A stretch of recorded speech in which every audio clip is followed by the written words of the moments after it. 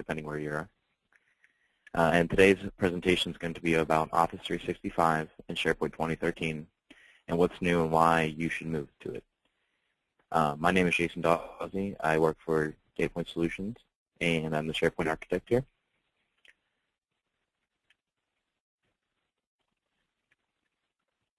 A little bit of housekeeping and agenda talking.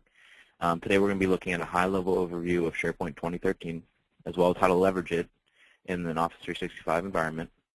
We'll talk about branding, about web presence, as well as how it's improved from a public-facing internet website hosting.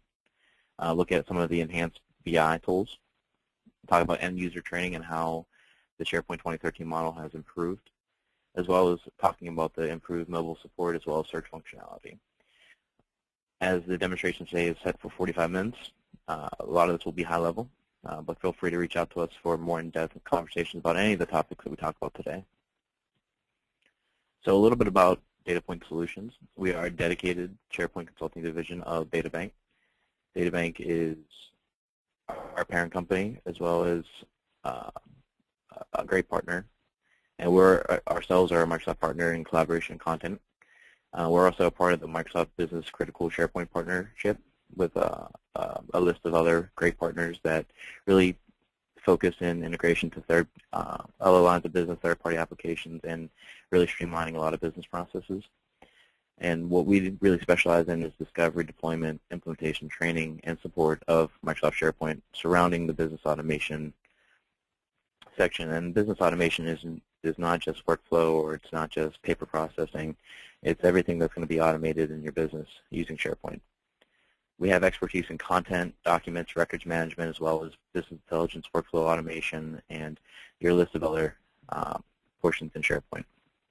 We are a provider of innovation solutions and service, and we leverage a lot of our third-party partnerships with constant integration products. And you'll see in the next slide how that kind of fits together. So SharePoint itself is a puzzle piece of a full solution. And what we do is integrate some other lines of business applications as well as third-party applications to complete the solution where SharePoint sometimes falls short.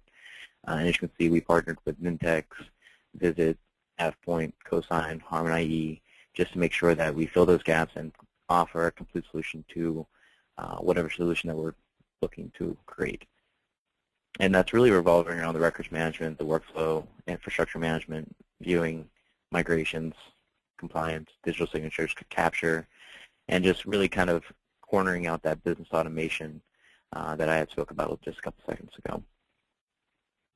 And all of our partners here have a module or have a version of the product that goes in the cloud as well, so it's all relevant.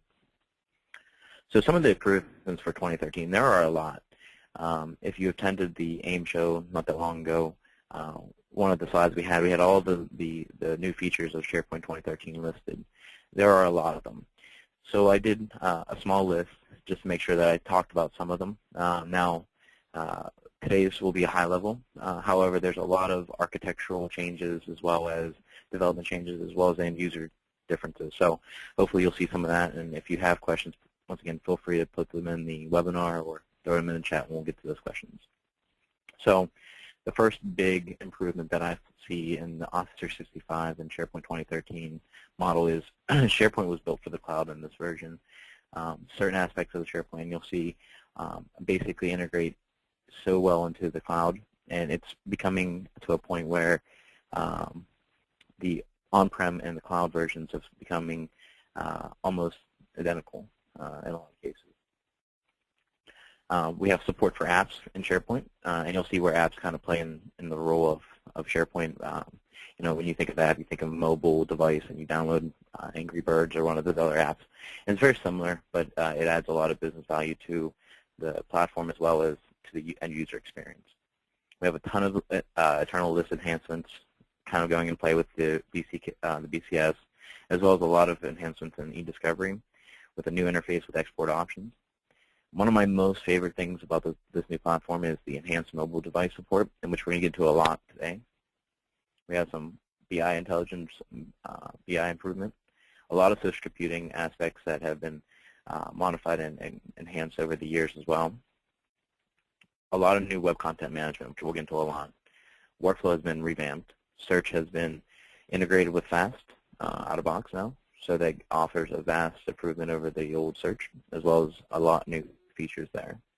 Web presence and design is forefront, with including the improved public-facing website hosting, as well as authentication and authorization. So for those that don't know what Office 365 is, just wanted to do some cleanup before we get into the demonstration. Office 365 is a cloud solution revolving around SharePoint, Link, Exchange, and authentication, and Office on Demand. Now, what that does is it brings everything together into one platform for your organization or your company to make sure that you have the same access across all your devices, as well as making sure that it's a price that's comparable for your business. Now, the great thing about it is with Office 365, you're not going to be doing infrastructure management or anything like that, and you'll see where the panel comes into play here in a second. So there's a ton of different features and plans that offer through Office 365. Some of them are lower cost, which are just SharePoint only, as well as some of the Office 365 suite plans, where that includes Exchange, Link, Office on Demand, AD integration, so on and so forth. Now, if you can't see the slide, feel free to reach out to us. We can provide more in-depth analysis and pricing for you as well.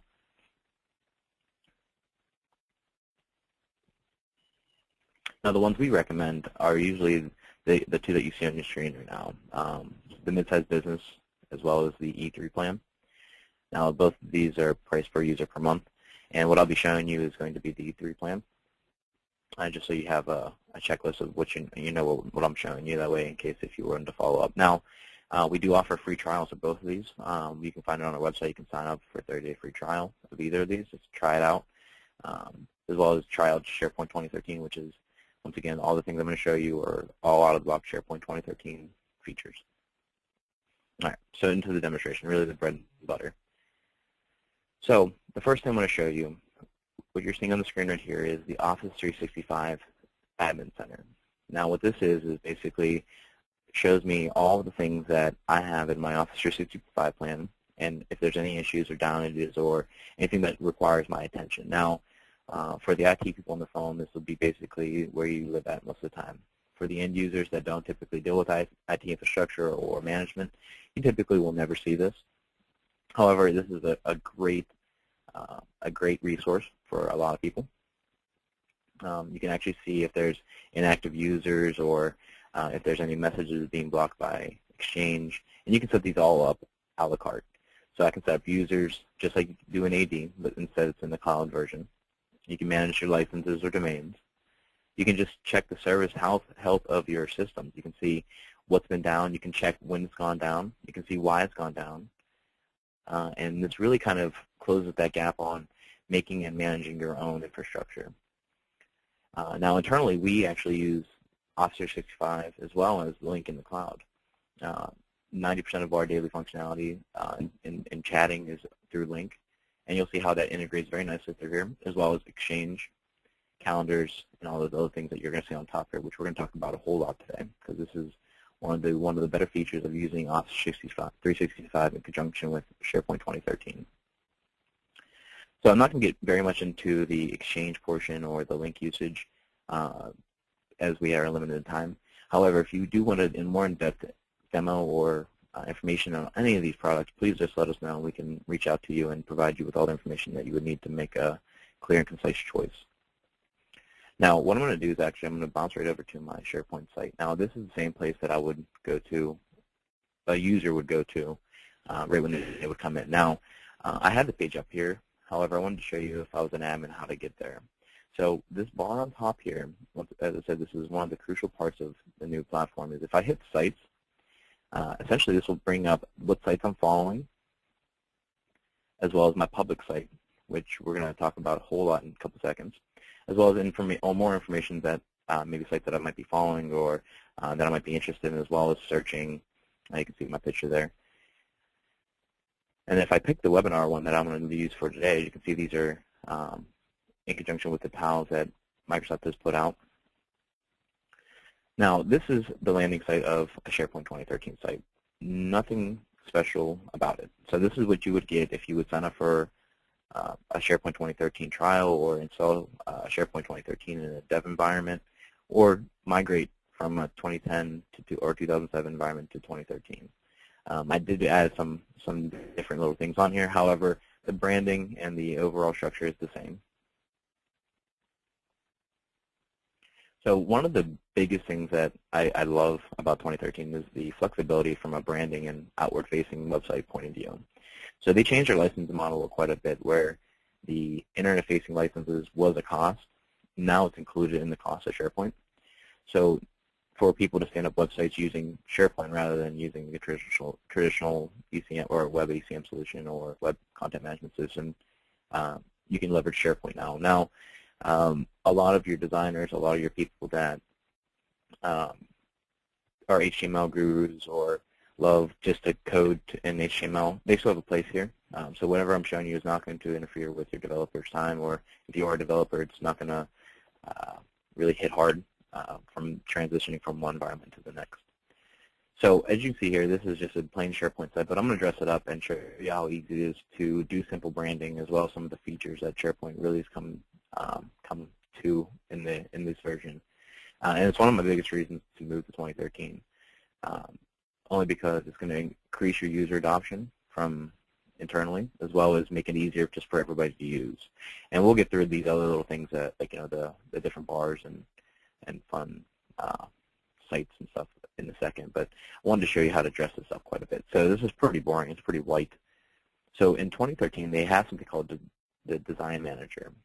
The Design Manager can be accessed through this, the admin console. Now, the site settings bar on the side here, if you're familiar with SharePoint, used to always, it's kind of been flopping around in the last couple of versions, where in 2007 it was over here, in 2010 it's been up here. Now it's integrated to the same top bar. So this is the bar that's going to be the most important bar in most of your sites, because this is global. This follows you. So if you want to access your Outlook or Calendar or your Newsfeed or any of those features, this follows you around to every site you go to. Same thing with the Site Actions menu. So in my Design Manager, I can actually install a pre-installed look, which I'm going to do, or actually import a complete design package. This includes fonts, pictures, designs. This is usually in the packet in a WSP package for the designers on the phone. If you're not a designer, don't worry about it. If you happen to be an HTML designer, you can actually upload your own HTML version of your master page. So you don't have to know any SharePoint coding at all. You can upload your HTML master page straight through here with your CSS and JavaScript files, and actually design your SharePoint site just like you would your normal website, which is a huge benefit over the past versions, as you'd have to know how to do certain things within SharePoint to make your SharePoint site branded the correct way. However, I'm going to use the pre-installed looks because this is actually one of the easiest functions that are out-of-box SharePoint. So as you can see here, there's a ton of the ones that are out-of-box, and as well as you can customize these to a good point as well. One I like the most is this guy right here, the sketch one. So as I say, I'm going to pick this one out. I'll just click on it. And I can change the colors. I can change the background if I want to change the colors to something that's a little bit more friendly or not friendly sometimes. And also change the layout. So these are the two master pages that are available, one with a quick launch and one without a quick launch. You can see there. I can change the font. There's many different things. I'm going to go ahead and just use the defaults.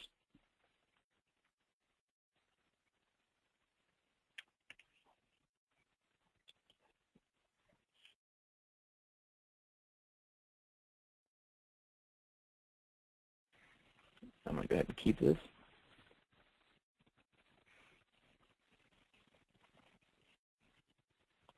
So now you can see my branding has been enabled.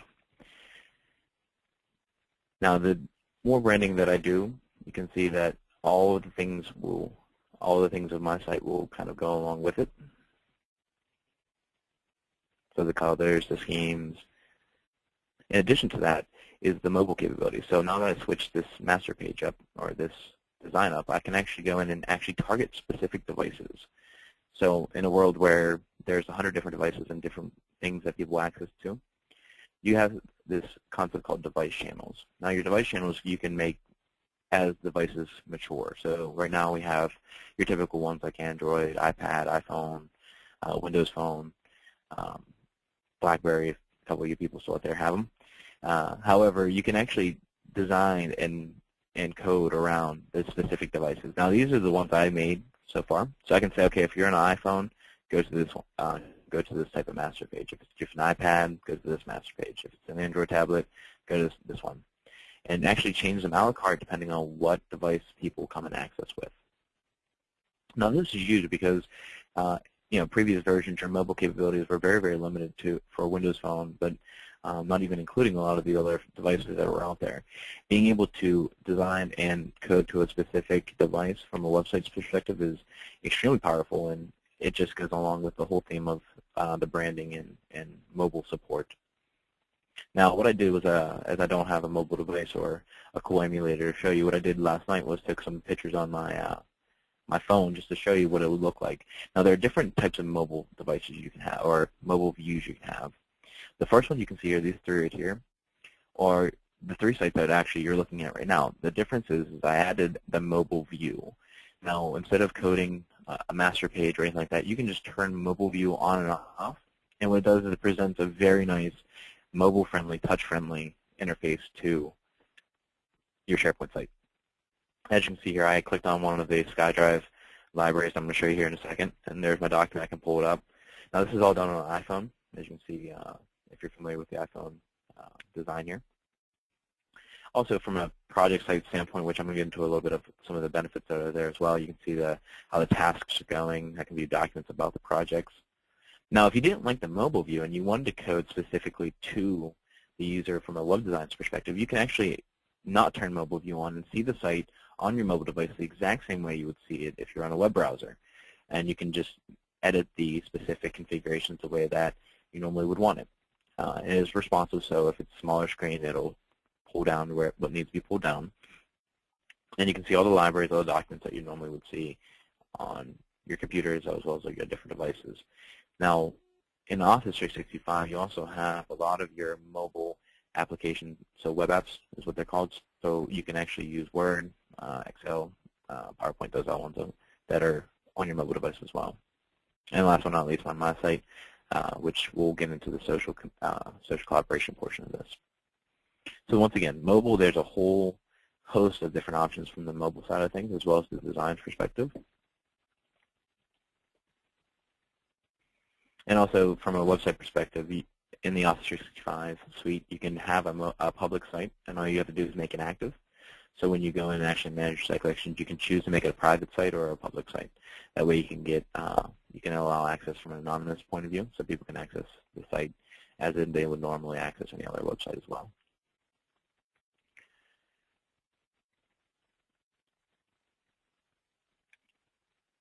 And as I said, if you have any questions or any comments, please put them in the chat or questions window as well. So the next thing that I love about 2013 and why a lot of people were beginning to move to it is the document management enhancements as well. So I just went into a library that I have in my SharePoint site. It's pretty basic. As you can see, the normal things that you normally would typically see in a library. So you have some documents, you have some metadata about them. You have the workflows, if there's workflows running. However, it looks a lot different. And one of the things that are different about it is this thing that I love. It's actually a search within your actual document library. So instead of going to search and then leaving your document library to find your document, you can actually search right within your document library and find your documents there. That way you don't actually have to navigate away from your document library to find your document. It's actually right there. Another great feature that they've added into the libraries is actually how you actually change your views. So before in views, you would always have to use a ribbon bar or use the breadcrumbs, and it was, I think it was lacking a lot of user interface design. Now what they've added these tags on top here, so this is a different view, and I can just click the different view and it will change the view that I'm looking for and actually make it a little bit more presented for me, specialized to what I want to see. And you can have as many views as you want up here. The next thing is how you actually view these documents. So if it's an Office document, so this 1099 report here, and you're like, yeah, you know what, I think this might be the report that I'm looking for, but you're not sure, you can actually open up the little 3 button here. You can take a peek at the document using Word web app. as well as quickly share it out. So if you wanted to share this document with somebody in your organization, you can click share and basically put their name in there.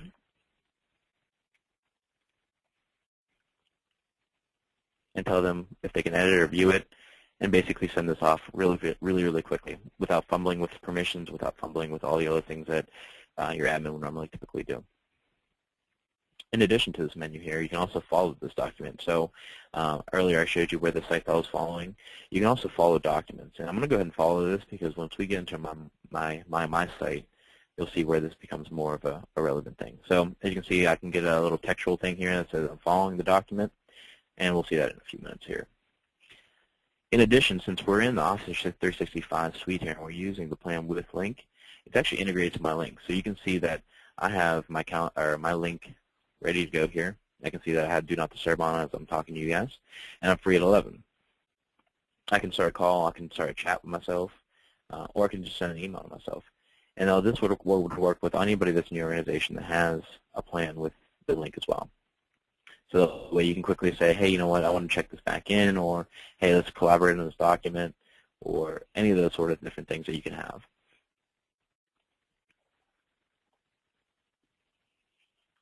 In addition to some of the other features that we have here, we have two new features that I absolutely adore from a document management standpoint that I wish they would have put in a lot earlier. So first thing is to compete with the other services that are out there. SkyDrive Pro, they've added, and as you can see, SkyDrive up on the menu. It's first and forefront here. And what I have is this is a SkyDrive library. So I've actually added this library as a SkyDrive drive on my computer. So if I minimize this window a little bit, I can see that if I open up my folder here, just on my desktop, I can actually go through here and I can see, hey, there's a SharePoint file in here. And I can see the site that I'm looking at and the library that I'm looking at. Now I can see each one of these documents that are actually in the library are actually accessed on my desktop, as well as a little checkbox saying that they're sunk.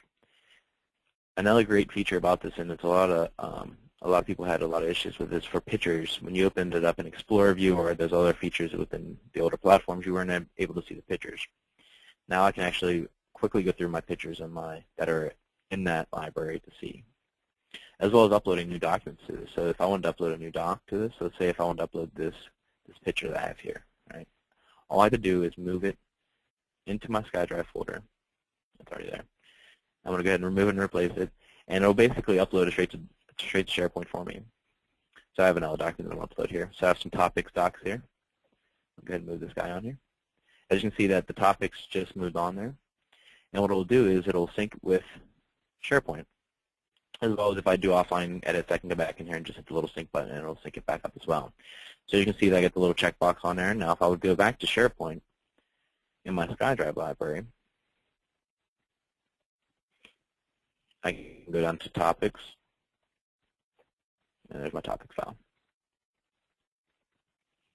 Nice and easy, as well as another great portion about this, you can actually true drag and drop into SharePoint as well. Now, if I show this in IE, it's not impressive because IE, you're meant to do that. It's built for SharePoint. However, another great portion about this is the fact that browsers are all tier 1 now. So if I open up Firefox, for example, I'm in my Firefox now, refresh this window, it's kind of still. Go to my SkyDrive library, and let's actually go ahead and drag and drop with Firefox rather than IE. So I have another file here. I just drag it, drop it right on the screen. It gives me a notification that I have uploaded one. I can dismiss it, and I can go back down and find my document that I just uploaded to this document library. Once again, just going around that user adoption and user training to make it very easy to do.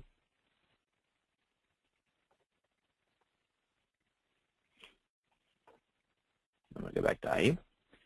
Now, one of the questions is, why does it not work well with IE? No, it's meant to work with IE. Typically, when a lot of people show SharePoint, it's usually IE, and they stick with IE only because some of the features or activations were kind of funny in the other browsers, especially when you do drag and drop. One of the things I like to show is using Firefox or Chrome or Opera or one of the other browsers just to make sure that you know that this works across all the browsers.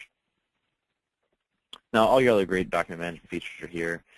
Check-in, check-out, auditing, compliance, workflow, metadata structuring. In terms of metadata that I love, one of the things that they were really lacking on was the managed metadata. They've extremely enhanced the managed metadata portion. So actually, I can actually go ahead and quick edit for managed metadata, which they were not able to do in the past, as well as filtering with managed metadata, as well as keeping it open or closed and tagging different documents with different things. There we go. Now I can actually filter this down. As I said, managed metadata become a very, very relevant in the 2013 model. Now also in the document management, web management type of enhancement, they've enhanced the media side of things quite a bit. Videos, pictures, they act like you would expect they would act. So one of the things I wanted to show you is the videos and multimedia that I have. So I'm going to go actually go behind the scenes and show you some of how the libraries would look. So I'm going to go into my media library. And you can see all my media files are here. One of the ones that I wanted to show you most often was video. So in video, actually can come in here, play it full screen, right in the browser. Or if I don't want to view it in this nice browser here, I can actually open it up in a different browser, where I can actually relate items to this. So if this was like a training document and you had additional training information to it, I can actually upload related documents that relate to this video specifically. Now, I know you can't hear the sound. The sound is muted just so I don't play very loud music in your ears. So this can be played not only in the library, but it has its own dedicated page to do as well, but also in the search. So when I go to actually search out documents, so some of the enhanced features in search is the actual video that's in search. So I can actually come in here, play the video straight from search.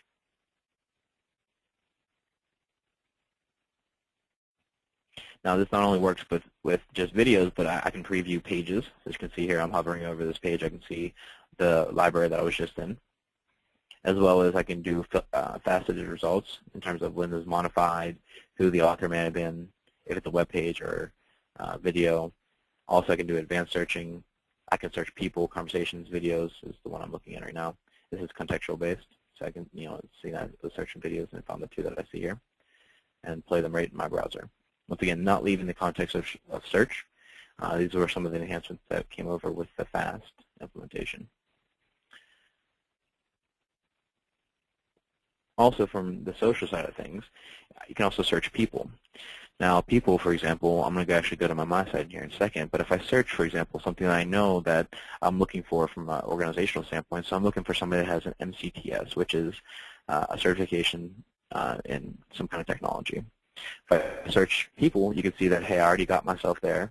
I can see this is my profile, so this is going to show me how many times I've been viewed the last month, the last week, and also put this to work for myself so I can actually update it, make sure it's relevant, make sure that it's searchable, make sure that it's what people are looking for.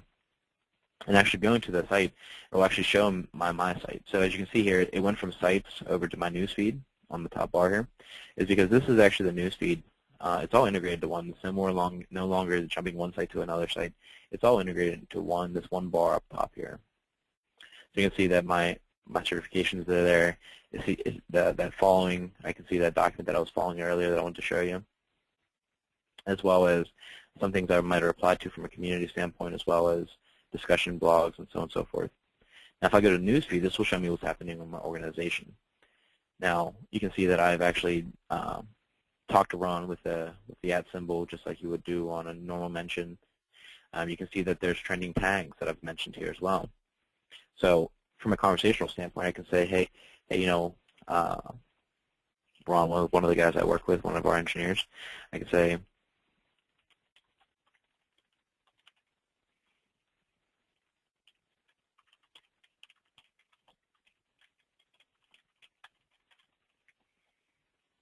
and post it, and he'll get notified, as well as that trending tag will happen. That way, for other users that are in organization can actually see maybe what people are tagging with webinar or SP 2013. You can see there now I was talking to Bob earlier today saying the webinars today.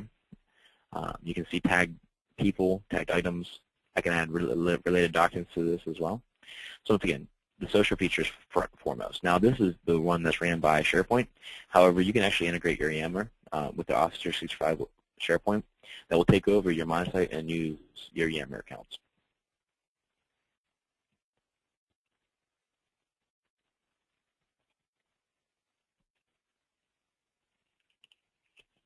Another portion of the social side of things is really making sure people come back. So one of the most stagnant things about SharePoint is people go to their internet site just to get something, like a document maybe, but not something repeatable.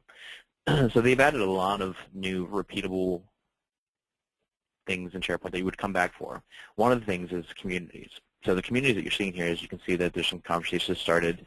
Now what they did is that they actually kind of added the gamification to it a little bit, where you can actually assign badges. You have reputation settings. So the more you're active, the more that you gain reputation as well as gain badges, even given by an admin. As you can see, I gave myself a SharePoint Guru badge. Maybe I'm toot my own horn, but you can actually create your own badges as an admin and give them out as needed.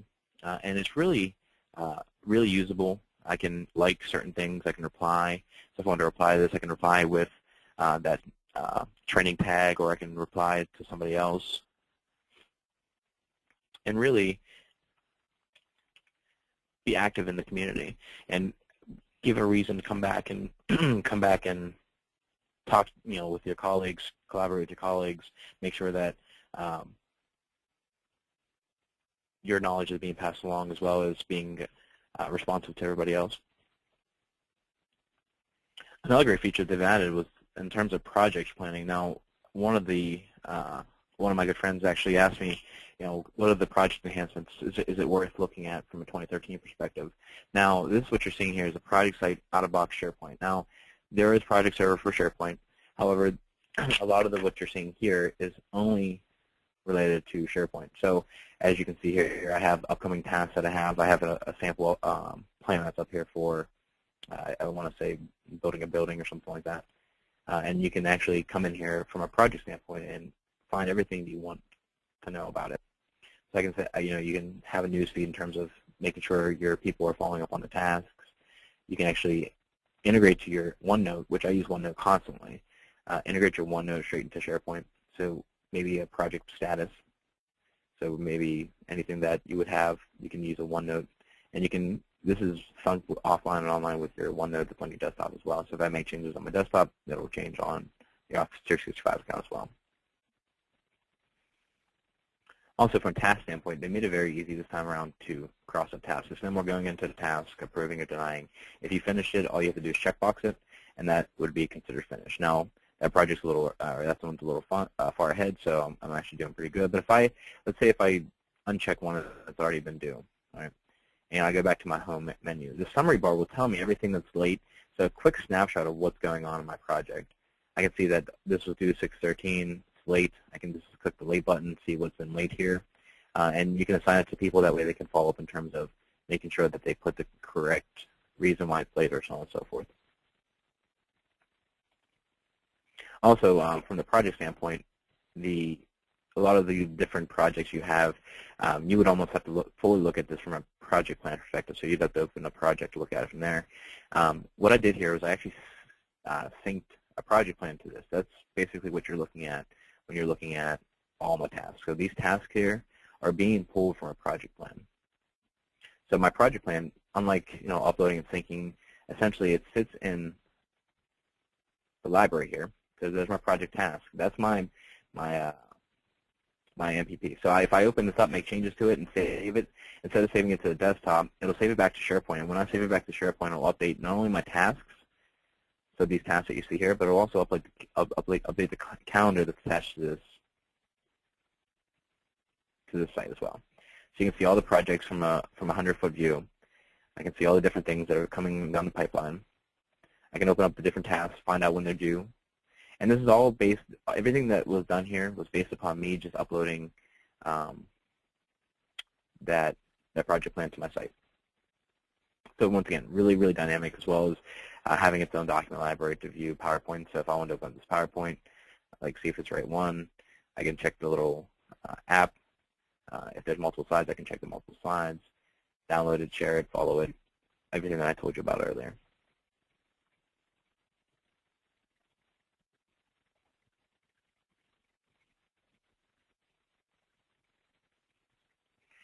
So we talked about branding a little bit. We talked about the enhancements of mobile, as well as the enhancements from around document libraries and user interface. Now, I also wanted to show you and spend a little time on why this bar is so important, not only just from a site perspective and getting around from a user perspective, but some of the other things that are great about it. So the first thing I want to show you is the integration with Outlook. So right now we're using Exchange in the cloud with Office 365. So if I go to Outlook right now and I open up Outlook, this will actually bring me into my Outlook portion here, and you can see that, hey, I have that reply to that I already sent out.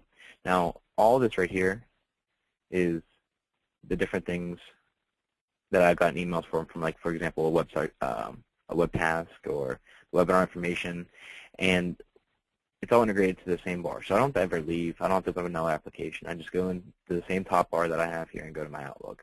Also, from this perspective, they made a lot of enhancements from the Outlook perspective. One is I have an address in here, which is an address of DataBank office down here. And I want, if I've never been there, and I'm like, oh, you know what, I've never seen that. They've added the app model into a lot of your different devices, so Outlook and SharePoint, so on and so forth. And one of them that I added on here was Bing Maps. So if I hit Bing Maps, it'll actually bring up the address that it thinks is found in my email. Now, I didn't have to tell this was an address. I just had to put the address in here. I can actually hit the address. I can pull up the map, and I can actually zoom in and say, you know what, I don't know what this building looks like, and that's what the building looks like. I can see right off the Baltimore Avenue.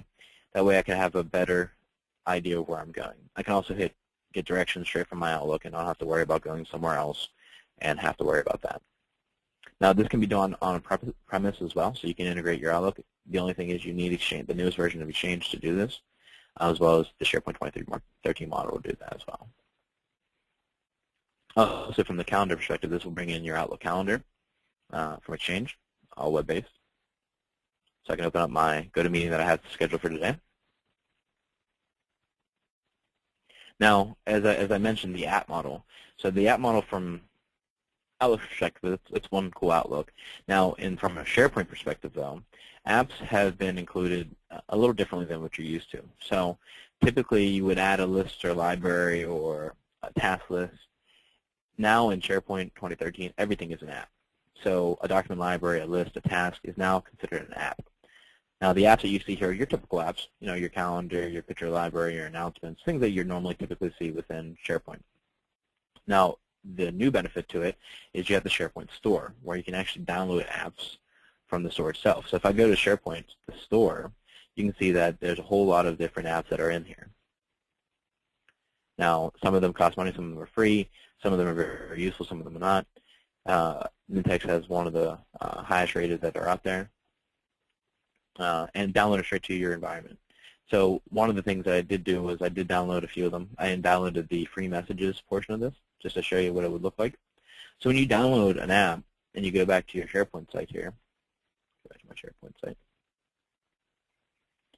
what it does is it adds all the things that you need. So this right here, this important messages, is the app that I was just showing you in the SharePoint store. This guy right here, the free messages, which basically will show you critical information, or it's all configurable to what you can see. But what it does is it'll actually put a library in your items for important messages. I've also downloaded the Bing Office Locator and a couple others that are worthwhile. So now you can control this from a permissional standpoint, so everybody can't go out and just download whatever apps they want. It's all security trimmed, just like your normal SharePoint environment would be. So if you want 2 people to have access to either accessing the apps themselves or 2 people to go to the store, it's all configurable from a security standpoint.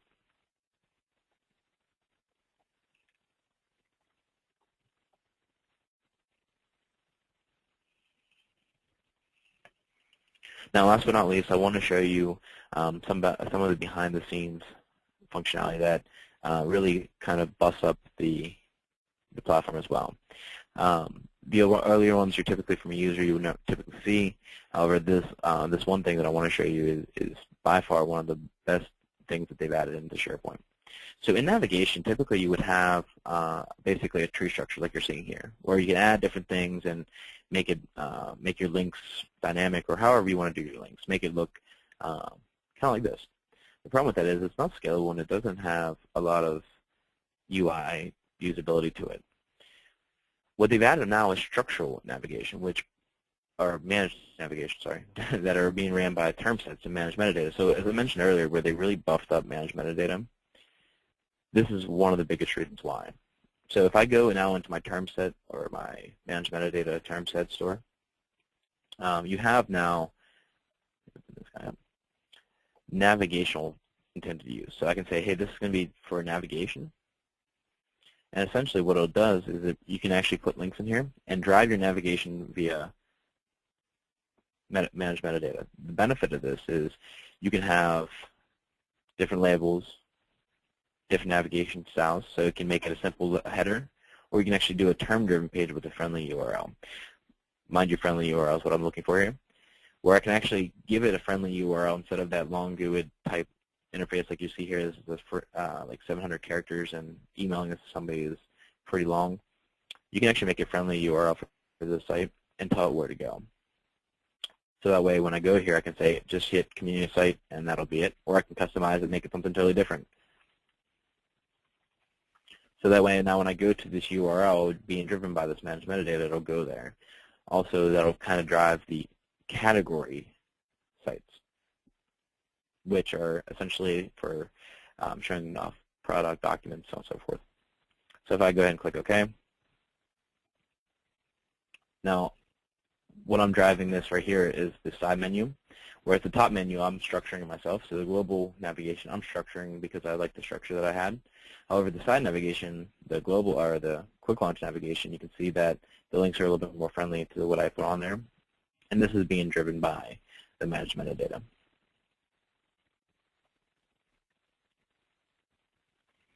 So we're just about out of time for this webinar, and I wanted to make sure that we left it open for questions a little bit. There's a lot of information that I showed you, and just some of the big positive and great things that SharePoint 2013 offers is that there's a ton more from an architectural standpoint, from a design perspective, as well as from an end user perspective. So hopefully I showed you a few of them that you like to see, something that maybe that you want to see more of from an Office 365 standpoint, or from a SharePoint 2013 standpoint. Now, as I said, if you have any questions, please feel free to put it in the questions panel or the chat panel as well. As I said, we will be posting this video on our website here within the next few days after the webinar is finished, as well as feel free to reach out to us for free trials of SharePoint 2013 in the cloud or Office 365 that we can provide you as well. And let me put my contact slide up real fast.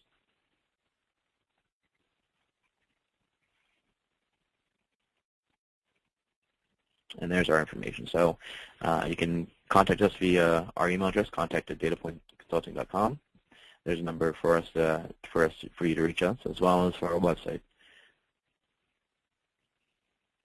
I'm going to stick around for a few more minutes. If you have questions, please post them, and I'll get back to you. If not, thank you for attending, and thank you for your time this morning.